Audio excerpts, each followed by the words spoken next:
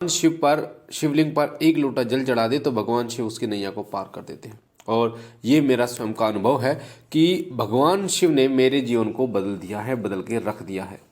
एक ऐसा जीवन जो बहुत कष्टदायक था, उस जीवन को भगवान शिव की कृपा से बहुत ही सुखमय बनने का जो सौभाग्य है वो बाबा भोलेनाथ की कृपा से मिला है। जब मैंने बाबा भोलेनाथ की पूजा सेवा शुरू करी थी और मेरे पिताजी की उस समय पर मृत्यु हो गई थी, तो मैंने बाबा भोलेनाथ को ही सब कुछ मान लिया था कि मेरे यही पिता हैं। अगर मैं अपना दुख व्यक्त करूँगा तो इन्हीं के सामने व्यक्त करूँगा, यही मेरी नैया को पार करेंगे। और यकीन मानिए बाबा भोलेनाथ एक ऐसे देवों के देव महादेव जिन्होंने पूरी ज़िंदगी को संवार के रख दिया और मार्गदर्शन करते चले गए।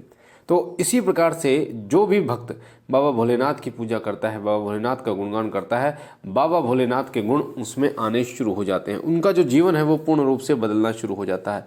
उनका व्यवहार, आचार विचार, सब रहन सहन, सब चीज़ें बदलनी शुरू हो जाती हैं और वो शिव भक्त हो जाते हैं, शिव मोह में पड़ जाते हैं और अंत समय में शिवलोक की प्राप्ति वो करते हैं।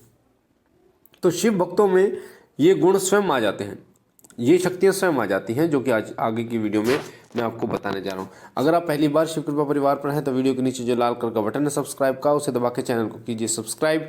साथ ही आपके सीधे हाथ पे बेल आइकन है, उस पर ऑल पर क्लिक कीजिए ताकि पूजा पाठ से जुड़ी जानकारी हम डालें वो सबसे पहले आपको प्राप्त हो सके। भगवान शिव की पूजा का मुझे विशेष अनुभव है और इनकी सेवा, इनकी पूजा से जो मुझे अनुभव हुए वही अनुभव आज मैं आपके साथ शेयर करने वाला हूं कि जब आप भगवान शिव की पूजा करते हैं तो कौन कौन से गुण आपके अंदर आने शुरू हो जाते हैं, कौन कौन सी शक्तियां, कौन कौन से बदलाव आपके शरीर में आने शुरू हो जाते हैं। सबसे पहला बदलाव जो मेरे जीवन में आया था वो आया था अंदर से एक भाव इतना व्यक्त हुआ कि बाबा को छोड़ने का मन नहीं करता, बाबा को देखते रहने का मन करता है। मैंने वीडियो भी डाली थी बाबा भोलेनाथ पे, जो मेरे मंदिर में बाबा की तस्वीर है, बहुत ही मनमोहक। उनको निहारने का मन करता है, ऐसा मन करता है जैसे उनको देखता रहूं, उनके चरणों में अपना दुख व्यक्त करूं और वो जो दुख है वो सुख में परिवर्तित कब कब में हो जाता है वो बाबा जाने। तो ये सब मेरे साथ हुआ है, पहला बदलाव हुआ था। दूसरा बदलाव हुआ था कि जीव जंतुओं के प्रति बहुत ज़्यादा दया प्रेम उत्पन्न हो गया था। बंदरों को खाना खिलाना है, केले खिलाना है, गौ माता को जो है वो रोटी खिलाना है या केले खिलाना है या चने खिलाने हैं बंदरों को, या फिर जो चींटियां हैं उनको आटा और शक्कर खिलानी है। तो इस प्रकार का भाव उत्पन्न हो गया था। वो बाबा भोलेनाथ की कृपा से जीव सेवा, अगर कोई व्यक्ति जिसको भूख लगी है उसकी सेवा करना, या फिर कोई लाचार है उसकी सेवा करना, कोई गरीब है परेशान है उसकी सेवा करना, इस प्रकार का भाव जो है वो अपने आप ही मन में उत्पन्न होना शुरू हो गया था। और मुझे भौतिक जीवन से कम और आध्यात्मिक जीवन से ज़्यादा लगाव हो गया था।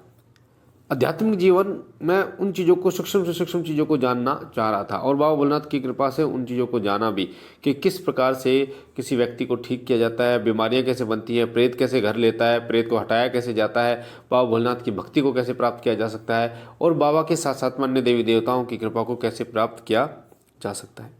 ये सब बाबा की कृपा के कारण ही होता है। तो जब बाबा भोलेनाथ की पूजा करते हैं ना, तो ऐसे गुण आपके अंदर आने शुरू हो जाते हैं, आपके अंदर एक तेज आना शुरू हो जाता है। और ये जो तेज होता है ये बहुत ही विकराल तेज होता है, बहुत ही विकट तेज होता है। ये तेज सामने वाले व्यक्ति को प्रभावित करता है और उसके अंदर से नकारात्मक ऊर्जाओं को खत्म करके सकारात्मक एक ऊर्जा उत्पन्न करता है। अगर आप बाबा भोलेनाथ के सेवक हैं, आपने उनसे गले मिल लिया या आपने उसको हाथ मिला लिया, तो आपके द्वारा उसके शरीर में भी सकारात्मक ऊर्जा प्रवाहित हो जाएगी और एक ना एक दिन वो भी भक्ति शुरू कर देगा बाबा भोलेनाथ की। तो इस प्रकार के गुण आपके अंदर आने शुरू हो जाते हैं, एक तेजस्वी आप जो है वो बन जाते हैं। साथ ही आपके दुखों का प्रभाव आपके जीवन पे नहीं होता। दुख आते हैं, सबके जीवन में आते हैं, इनको कोई नहीं टाल सकता, पर दुखों को सहने की जो क्षमता है वो बाबा भोलेनाथ की कृपा से मिलती है। देखिए, दुखों को सहने की क्षमता अगर आपको मिल गई तो आप ये कह सकते हैं कि आपके जीवन में दुख नहीं है। कोई पत्थर अगर ऊपर से गिर रहा है 5 किलो का, अगर वो मात्र 20 ग्राम का आपके सिर पर गिरना था, 5 किलो गिरा 20 ग्राम, तो क्या आप उसको दुख बोलोगे? नहीं बोलोगे। तो वही ताकत, वही शक्ति जो है वो बाबा भोलेनाथ कृपा के द्वारा प्राप्त होती है। साथ ही गलत बात उन व्यक्तियों को बर्दाश्त नहीं होती जिन पर बाबा भोलेनाथ की कृपा होती है। वो धर्म पर चलते हैं, अच्छाई पर चलते हैं और सत्य पर चलते हैं। अगर कोई गलत बात करता है या गलत कार्य करने के लिए बोलता है तो वो उस पर बहुत ज़्यादा क्रोधित हो जाते हैं। तुरंत फैसले लेने की क्षमता बाबा भोलेनाथ की कृपा से आपको प्राप्त होती है और अपने लाभ से जुड़े फैसले ही आप लेते हैं। आपकी इच्छाएं पूर्ण होनी शुरू हो जाती है। आपकी जो इच्छाएं हैं, हो सकता है 2 साल पहले आपकी जो इच्छा थी वो पूर्ण हो जाती है, 1 साल पहले की जो इच्छा थी वो पूर्ण होनी शुरू हो जाती है। और बाबा भोलेनाथ आपके भौतिक जीवन में एक ठहराव लाकर खड़ा कर देते हैं, फिर आपको भटकने की जरूरत नहीं पड़ती। एक ठहराव होता है कि इस प्रकार का कोई स्तोत्र आपको प्रदान करना जिससे आपका भौतिक जीवन सुखमय बन सके। तो ऐसी अच्छी नौकरी आपको मिल जाती है, या सरकारी नौकरी में आपका सिलेक्शन हो जाता है, आपका काम अच्छा चलना शुरू हो जाता है। इस प्रकार का ठहराव आपके जीवन में लाकर छोड़ देते हैं। साथ ही वैराग्य आपके मन में उत्पन्न होता है, आपका गृहस्थी जीवन भी सुखमय बनना चला जाता है। और साथ ही दूसरों को सुख देने के विचार आपके मन में आते हैं कि अगर कोई व्यक्ति दुखी है, पीड़ित है किसी वजह से, तो आप तन और मन और धन से उसकी मदद करने की कोशिश करते हैं, उसको वो पीड़ा ना हो, उसको वो दुख ना हो। और आप ज़्यादातर कोशिश ये करते हैं कि वो ठीक हो जाए, और चाहे उसकी जो बीमारी है, उसकी जो पीड़ा है वो आप ग्रहण कर लें, पर वो व्यक्ति ठीक हो जाए। तो दूसरों को सुख देने की जो लालसा है, दूसरों को सुख देने की जो इच्छा है, विचार हैं, वो आपके मन में आने शुरू हो जाते हैं। समाज कल्याण की भावना आपके मन में आती है, ऐसी भावना कि आप समाज के लिए कुछ करें, जो दुखी लोग हैं उनके लिए कुछ करें। इस प्रकार के भाव आपके अंदर उत्पन्न होने शुरू हो जाते हैं। साथ ही आपको आने वाली घटनाओं का पूर्ण आभास भी होना शुरू हो जाता है। कुछ ऐसी घटनाएं जो घटित होने वाली हैं, उनका पूर्ण आभास आपको हो जाता है कि हाँ, ऐसा होने वाला है, कि इस प्रकार की घटना घटने वाली है। किसके साथ, रिश्तेदार के साथ घटित होने वाली है, आपके साथ घटित होने वाली है, पड़ोसी के साथ। ये सब आभास, पूर्ण आभास आपको होना शुरू हो जाता है, और बाबा भोलेनाथ के रंग में आप रख जाते हैं।